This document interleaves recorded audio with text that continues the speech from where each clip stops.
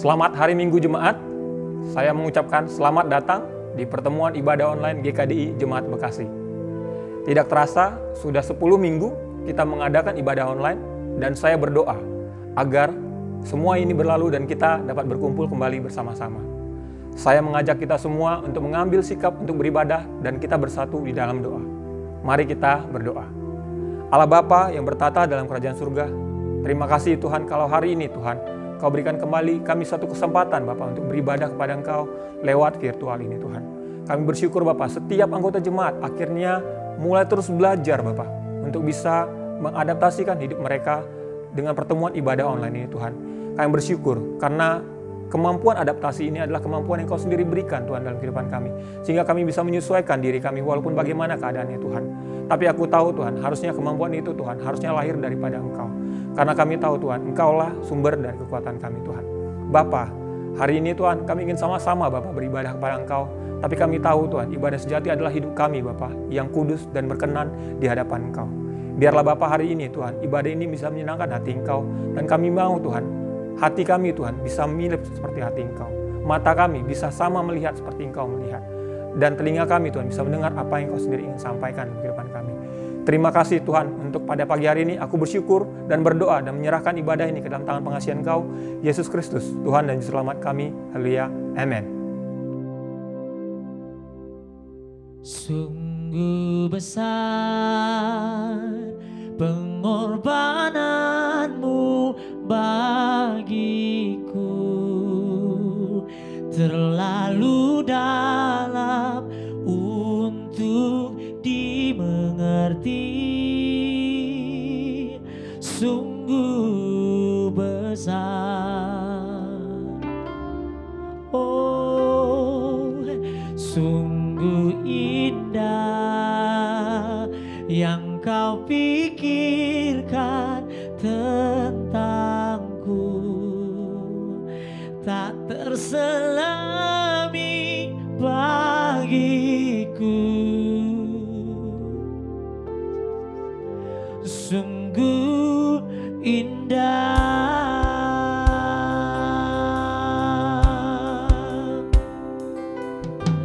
Kemanakah aku dapat pergi menjauhi rohmu yang suci, Kau sahabat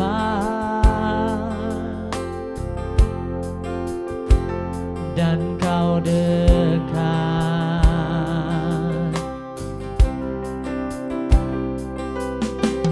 bahkan seluruh pengabdianku tak bisa membalas kesetiaanmu.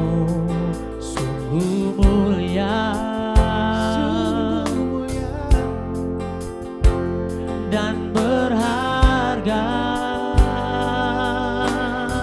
sungguh besar, sungguh besar pengorbananmu bagiku, terlalu dalam untuk dimengerti. Sungguh besar, oh sungguh indah yang Kau pikirkan tentangku, tak terselami bagiku. Sungguh indah, sungguh besar, sungguh besar pengorbananmu bagiku, terlalu dalam untuk dimengerti. Sungguh besar, oh sungguh indah yang Kau pikirkan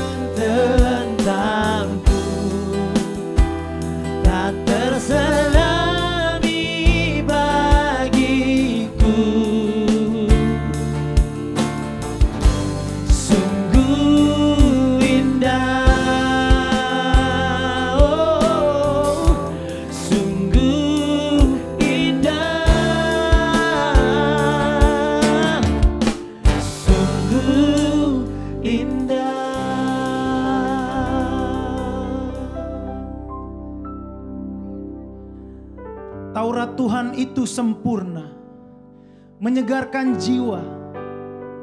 Peraturan Tuhan itu teguh, memberikan hikmat kepada orang yang tak berpengalaman.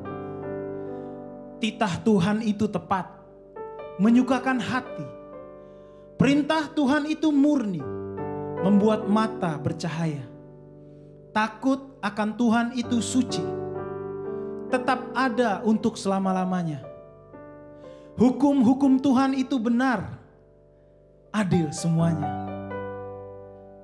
Lebih indah daripada emas, bahkan daripada banyak emas tua.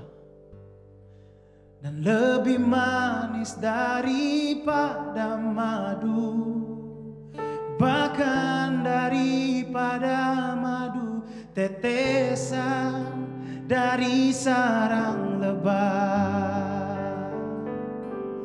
Oh. Mari saudara kita bangkit berdiri, kita mau memuji menyembah Allah kita yang dahsyat.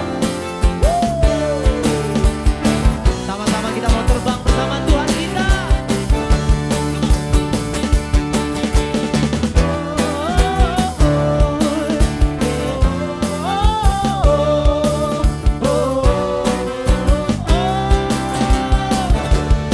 Katakan firman-Mu, firman-Mu Tuhan, kakiku, janji-Mu, janji-Mu terang bagi jalan-jalanku, kebenaran-Mu menuntunku setiap hari.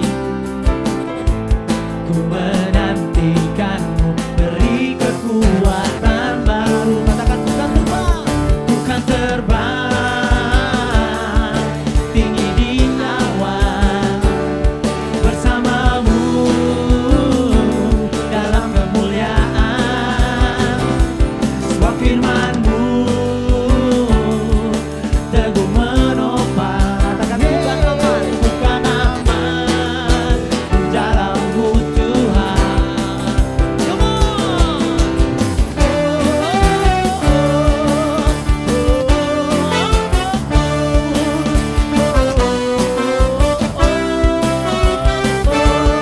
Katakan firman-Mu Tuhan, pelita bagi kakiku,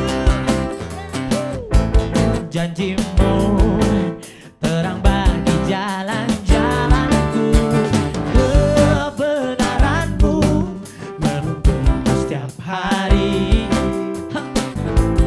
Ku menantikan-Mu, beri kekuatan baru. Siap, bukan terbang tinggi di awan, bersama-Mu dalam kemuliaan. Sebab firman-Mu teguh menopang, bukan aman di dalam-Mu Tuhan. Nyanyikan seperti ini ya. Jalan-Mu di atas jalan-jalanku, rancangan-Mu melebihi rancanganku. Firman-Mu sungguh telah membebaskanku, berjalan lebih tinggi, berjalan bersama-Mu. Bukan terbang tinggi di awan, bersama-Mu dalam kemuliaan. Sebab firman-Mu teguh menopang, ku kan aman di dalam-Mu Tuhan. Sekali lagi katakan bukan, aku kan terbang tinggi di awan, bersama-Mu dalam kemuliaan. Sebab firman-Mu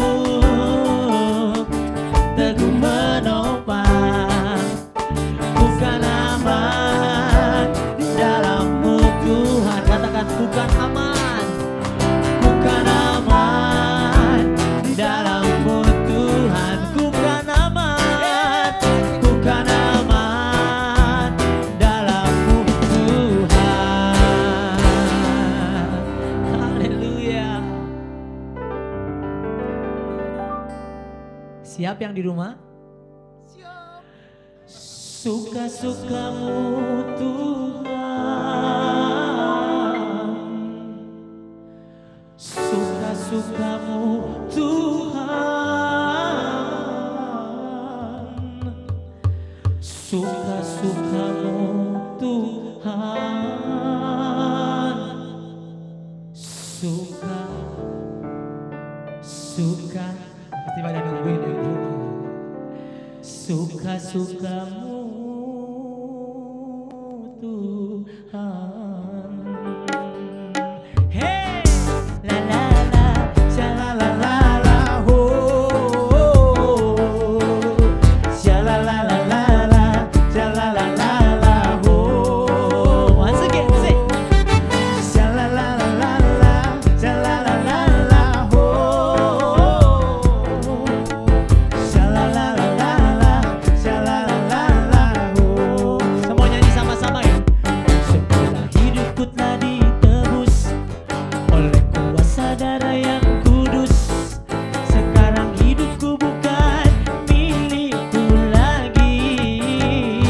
Apapun yang Tuhan mau lakukan, apapun yang Tuhan mau inginkan, asalkan Tuhan ku senang, semua ku relakan, namanya dimuliakan. Semua tak suka-sukamu Tuhan, suka-sukamu Tuhan, suka-sukamu Tuhan, suka-sukamu Tuhan, suka-sukamu Tuhan, suka-sukamu Tuhan, hey, suka-sukamu Tuhan, suka-sukamu Tuhan. Katakan syalalala, syalalala, syalalala, oh,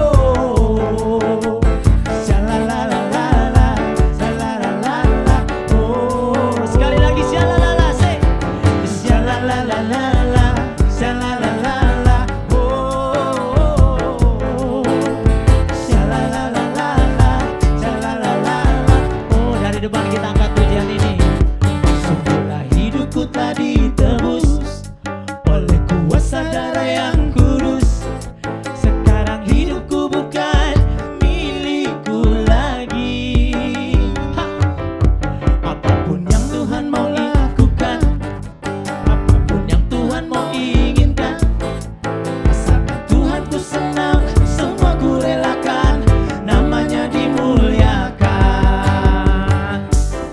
Kata suka-sukamu Tuhan, suka-sukamu Tuhan, suka-sukamu Tuhan, suka-sukamu Tuhan, suka-sukamu Tuhan, suka-sukamu Tuhan, suka-sukamu Tuhan, suka-sukamu Tuhan, suka-suka ya, suka-sukamu Tuhan, suka-sukamu Tuhan, hey, suka-sukamu Tuhan, suka-sukamu Tuhan, say, sama, suka-sukamu Tuhan, suka-sukamu Tuhan, hey, suka-sukamu Tuhan, suka-sukamu Tuhan, suka-suka, suka-sukamu Tuhan, suka-sukamu Tuhan. Haleluya. Jemaat, saat ini kita akan melanjutkan lagi apa yang menjadi pokok pembicaraan kita di minggu lalu mengenai menjadikan Tuhan sebagai master di dalam hidup kita saja. Nah, jika minggu lalu kita berbicara lebih dalam bahwa kita ini sengaja dipilih, bukan sebuah kebetulan, bukan karena kekurangan stok. Kita ini dipilih untuk hidup kudus, untuk taat kepada Kristus.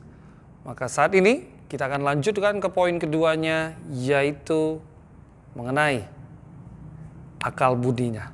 Kita mulai dengan berdoa terlebih dahulu. Mari sama-sama kita berdoa. Ya Bapa, ya Tuhan kami sangat bersyukur karena Engkau adalah Allah yang baik ya Tuhan. Kami hidup sebagai anak Engkau, kami hidup sebagai umat Engkau. Kami mau memutuskan agar Engkaulah benar-benar satu-satunya Tuhan dalam hidup kami. Master di dalam hidup kami, bukannya yang lainnya Bapa. Dan biarlah firman yang dibagikan ini membantu hati kami, menguatkan kami, dan lebih daripada itu membentuk kami menjadi orang yang lebih baik di hadapan Engkau. Dalam nama anakmu Kristus Yesus kami berdoa dan mengucap syukur. Amin. Hal yang kedua yang akan saya bagikan kepada kita adalah akal budi, bukan mood atau emosi belaka. Apa maksudnya dengan hal ini? Ini yang menarik. Rasul Petrus juga coba menjelaskan bahwa orang-orang Kristen yang hidup sebagai pendatang di negeri orang lain tersebut, ketika mereka menghadapi mulai banyak penganiayaan, kekhawatiran hidup dan apapun itu juga, kadangkala kita membuat keputusan-keputusan di dalam hidup kita karena mood, karena emosi. Kita tidak lagi memakai akal budi kita. Kita tidak lagi memakai akal yang jernih. Dan ini fakta yang ada bahwa begitu banyak hari ini ketika tekanan hidup datang, Tuhan tidak lagi menjadi master dalam hidup kita karena kita mulai tidak lagi memakai akal budi yang jernih. Kekhawatiran mendesak kita. Jalan apa aja yang penting cepat. Menunjukkan hasil dengan cepat. Menunjukkan kinerja dengan cepat. Kalau perlu ambil jalan pintas. Jalan-jalan entah itu menyenangkan Tuhan atau tidak, itu udah gak jadi kepedulian. Melakukan pembenaran-pembenaran lebih daripada melakukan kebenaran. Dan inilah yang menarik. Bagaimana Tuhan juga mengharapkan akal budi. Rasul Petrus coba menjelaskan itu di 1 Petrus 1 di ayat 13. Perhatikan baik-baik apa yang ditulis di sana. Sebab itu siapkanlah akal budimu. Waspadalah. Dan letakkanlah pengharapanmu seluruhnya atas kasih karunia yang dianugerahkan kepadamu pada waktu penyataan Yesus Kristus. Siapkan akal budi. Ini merupakan sebuah metafora yang saat itu sebuah metafora yang umum terjadi. Ini tentang kita menyiapkan satu langkah action, satu langkah perbuatan yang dimulai dari pikiran yang jernih. Jadi bersiap-siap. Masih ingat kalau kita dulu ada lomba lari?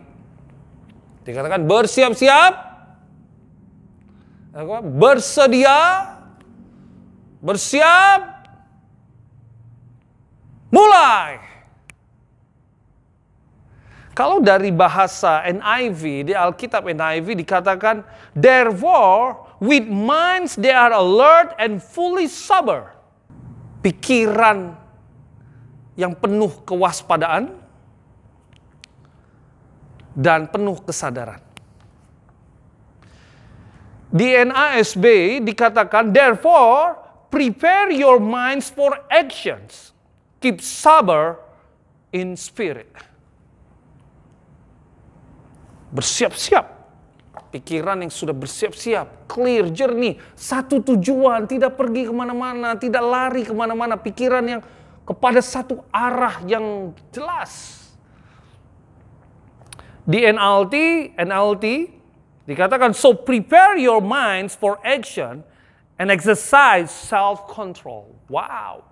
Bagaimana di New Living Translation dijelaskan bahwa pikiran yang siap untuk melakukan sebuah tindakan dan melatih pengendalian diri. Inilah yang dimaksud dengan siapkanlah akal budi. Jemaat, Bapak Ibu sekalian dan adik-adik yang saya cintai di dalam Tuhan. Salah satu masalah di dalam kekristenan, kita seringnya menyembah Tuhan hanya berdasarkan emosi belaka. Lebih daripada menggunakan emosi dan juga akal budi. Ketika emosi yang lebih kita harapkan, maka kita mengharapkan hidup kita itu berdasarkan emosi yang lebih positif. Makanya coba perhatikan ibadah. Kalau ibadahnya kayak nggak dapat lagunya, kalau nggak dapat suasananya, kita langsung bilang, saya tidak merasakan hadirat Tuhan. Entar dulu. Mungkin bukan nggak merasakan hadirat Tuhan, tetapi mungkin emosimu yang lebih terpenuhi sehingga kau berasa lebih nyambung. Bukannya bagi saya itu nggak perlu, itu sangat perlu. Saya pun mendukung suasana ibadah yang tenang. Lagu-lagu yang bisa menghantar kita pada satu mood yang kuat. Yang bisa mengarahkan hati kita kepada Tuhan. Tetapi jangan sampai hanya karena emosi saja kita menyembah kepada Tuhan. Nah ini problemnya. Ketika kita hanya menyembah Tuhan dengan menonjolkan emosi saja, maka kita tidak akan pernah menjadi seorang Kristen yang dewasa. Karena begitu mood kita lagi turun, kita bisa nggak saat teduh, kita malas berdoa, malas ibadah. Ketika kita menghadapi masalah, kita bisa menyalahkan Tuhan karena masalah tersebut. Ketika kita konflik dengan seseorang, kita bisa tidak datang ke gereja hanya karena kita merasa bahwa kita tidak mau bertemu dengan orang tersebut. Padahal kita pergi ibadah ke gereja adalah khusus untuk kita menyembah Tuhan, bukan tentang orang lain. Bukan berarti akal budi lebih harus menonjol, tidak juga Bapak Ibu dan saudara-saudari sekalian yang saya cintai. Ketika kita hanya memakai akal budi, itu hanya membuat kita memenuhi knowledge-nya, pengetahuannya saja. Belum tentu iman kita berkembang sepenuhnya. Ketika akal budi kita yang kita isi saja, ketika maksudnya pikiran kita saja yang kita isi, maka kita cenderung nanti jadi seperti orang Farisi, tahu firman, tahu ayat ya, bisa menjelaskan banyak, tetapi kualitas hidup nol. Nah ini yang banyak terjadi bukan? Banyak orang-orang Kristen, murid-murid Yesus datang ke gereja, oh kami murid Yesus. Dibilang firman, oh saya tahu firman itu, oh saya tahu firman ini, aduh ini ayat udah pernah saya dengar. Bosan saya dengar ayat ini saya, tetapi kualitas hidup begitu-gitu saja. Nggak ada beda dengan orang-orang lain di dunia. Ini yang kita perlu perhatikan. Tidak berarti hanya emosi saja untuk menyembah Tuhan, tidak juga tentang akal budi. Tetapi yang saya mau sampaikan di sini adalah penting sekali kita menggunakan akal budi kita. We prepare our minds for action. Coba perhatikan apa yang dikatakan Yakobus ketika kita menghadapi berbagai macam tantangan di dalam hidup. Dia katakan di Yakobus 1 di ayat 2, dia bilang begini, saudara-saudaraku, anggaplah sebagai suatu kebahagiaan apabila kamu jatuh ke dalam berbagai-bagai pencobaan. Sebab kamu tahu bahwa ujian terhadap imanmu itu menghasilkan ketekunan. Dan biarlah ketekunan itu memperoleh buah yang matang, supaya kamu menjadi sempurna dan utuh dan tak berkekurangan suatu apapun. Tetapi apabila di antara kamu ada yang kekurangan hikmat, hendaklah ia memintakannya kepada Allah yang memberikan kepada semua orang dengan murah hati, dengan tidak membangkit-bangkit. Maka hal itu akan diberikan kepadanya.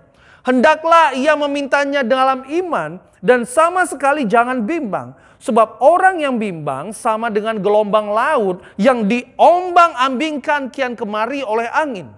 Orang yang demikian janganlah mengira, perhatikan baik-baik, bahwa ia akan menerima sesuatu dari Tuhan. Sebab orang yang mendua hati tidak akan tenang dalam hidupnya. Betul sekali.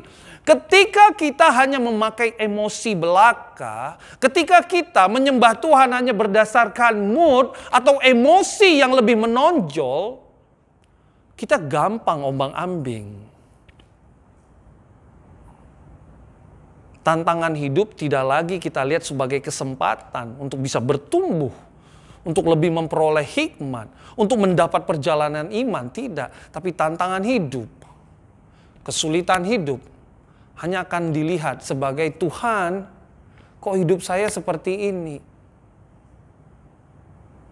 Sadarkah kita banyak kan orang Kristen yang berharap menyembah Tuhan hidupnya aman-aman saja, baik-baik saja. Enggan menerima tantangan, enggan menerima kesulitan. Saya bersyukur, betul seperti ayat ini sampaikan. Ada momen di mana ketika saya mendapat tantangan kesulitan hidup, kita bisa mau marah, kita mau kecewa, kita mau menyerah. Saya suka bilang, 5 menit ungkapkan emosimu. Tapi setelah itu, tenangkan dirimu. Makanya dikatakan di Alkitab, diam, tenangkan dirimu supaya engkau dapat berdoa. Betul. Waktu kita tenang, kita kembali ke akal budi kita. Kita kembali menggunakan pikiran kita yang dipenuhi dengan nurani yang sehat itu. Putuskan untuk kita datang ke Tuhan, berdoa, menggali firman. Putuskan untuk kita datang ke orang yang takut akan Tuhan, untuk kita bisa mendapatkan hikmatnya. Maka Tuhan akan bukakan itu semua. Hikmat akan diberikan kepada kita, sehingga keputusan-keputusan hidup yang kita buat adalah keputusan-keputusan yang sehat. Bukan keputusan yang prematur. Bukan keputusan yang dangkal, tapi keputusan yang sudah dipikir dengan matang, sebuah keputusan yang sudah direncanakan dengan segala macam konsekuensinya. Bukan berarti keputusan yang matang itu harus berlama-lama. Tetapi di saat kita tenang, kita makin lebih cepat membuat keputusan. Mari sama-sama coba perhatikan gambar yang saya kasih lihat di layar ini.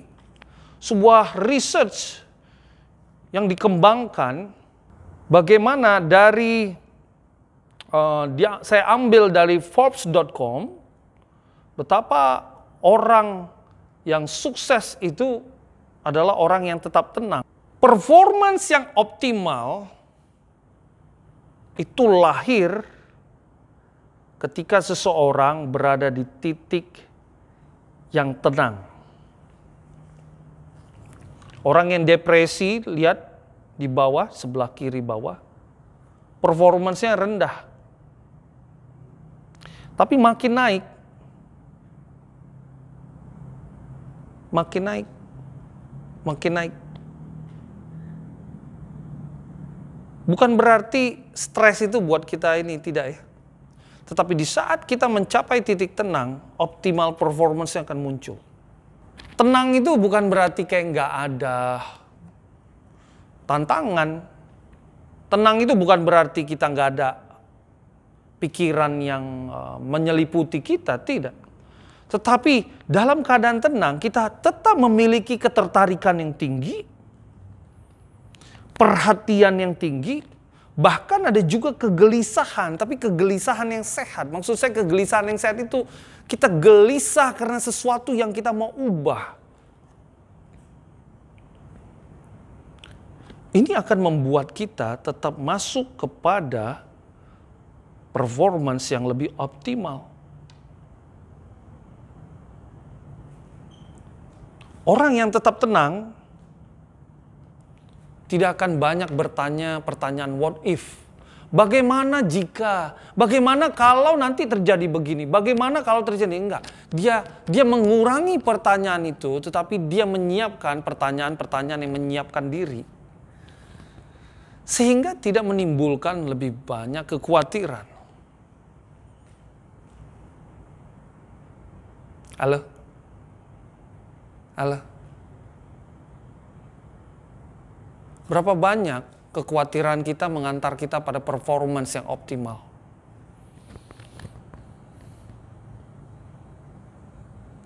Berapa banyak kegelisahan kita yang terlalu tinggi mengantar kita kepada performance yang optimal dalam hidup?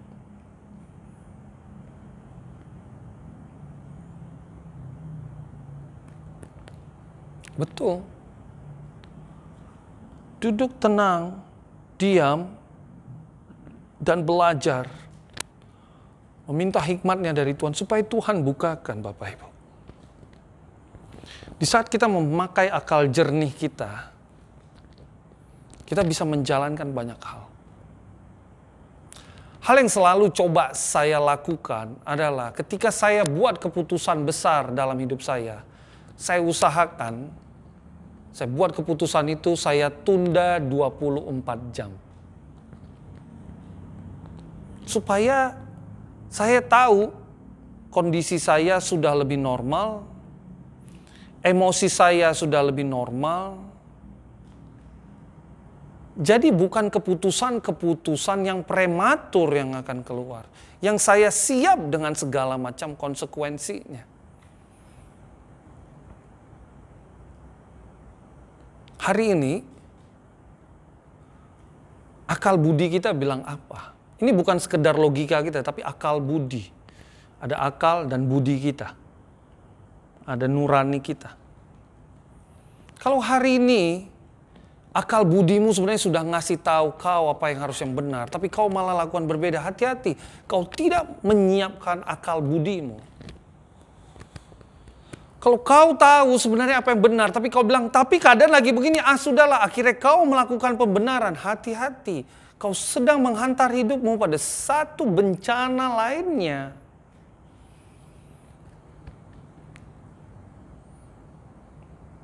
Waktu kita sedang menyiapkan akal budi kita menyiapkan diri kita untuk sukses. Sukses di dalam pernikahan kita. Sukses di dalam pekerjaan kita. Sukses di dalam parenting kita. Loh, apa buktinya Pak Pendeta? Apa maksudnya dengan sukses dalam parenting? Betul. Kau mungkin lagi lelah, tapi kau tahu, kau siapkan akal budi. Saya lagi lelah, tapi saya mau belajar bagaimana punya parenting yang baik. Kau akan lakukan. Di saat kau lagi sudah bete dengan anakmu, tapi kau menyiapkan akal budimu, kau tahu kau sedang menyiapkan sebuah action yang tepat, action yang sehat buat anakmu. Kau tahu harus menjawab seperti apa. Dan Tuhan katakan kan, kasihlah Tuhan Allahmu dengan segenap hatimu, dengan segenap akal budimu, dan dengan segenap kekuatanmu. Bagaimana peranan akal budi itu begitu hebat. Makanya gak heran Rasul Petrus mencoba menjelaskan bagaimana penggunaan akal budi dalam perilaku yang diharapkan. Lihat sama-sama di 1 Petrus 2 ayat 1 dikatakan begini. Karena itu buanglah segala kejahatan, segala tipu muslihat dan segala macam kemunafikan, kedengkian dan fitnah. Coba perhatikan baik-baik di situ. Buanglah. Gak ada buanglah itu dalam konteks yang emosi, tidak. Apalagi membuang sesuatu yang jahat, itu butuh pemaksaan di dalam diri kita. Butuh sesuatu yang kita paksa di awal. Karena kita sendiri sebenarnya suka dengan hal-hal yang gak benar itu. Ini berarti kita menggunakan akal budi kita. Kita tahu itu gak benar, kita buang.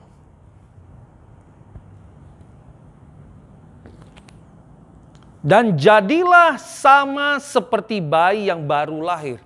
Perhatikan Bapak Ibu, tidak ada kita bisa langsung jadi bayi lagi, tidak. Kita memutuskan. Ini berarti menggunakan logika. Menggunakan akal budi. Kita yang putuskan. Saya mau jadi bayi yang baru lahir dalam iman saya. Yang gampang dibilangin. Yang gampang tersentuh oleh firman. Lihat sekarang 1 Petrus 2 ayat 4-nya. Dan datanglah kepadanya batu yang hidup itu yang memang dibuang oleh manusia. Perhatikan. Datang itu tidak bisa dalam keadaan tidak sadar, tapi kita sadar. Dan kita memutuskan bukan karena emosi kita, tetapi kita datang karena akal budi kita. Jemaat, inilah yang menarik dengan akal budi. Seberapa kita pakai akal budi kita.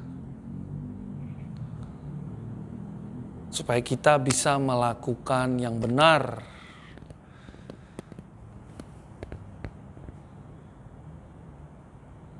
sulit rasanya melakukan akal budi kalau kita lagi banyak tantangan hidup. Saya paham. Tapi disitulah kesempatan kita bisa melakukan yang terbaik. Disitulah kesempatan kita melatih diri kita sehingga kita mengalami pertumbuhan.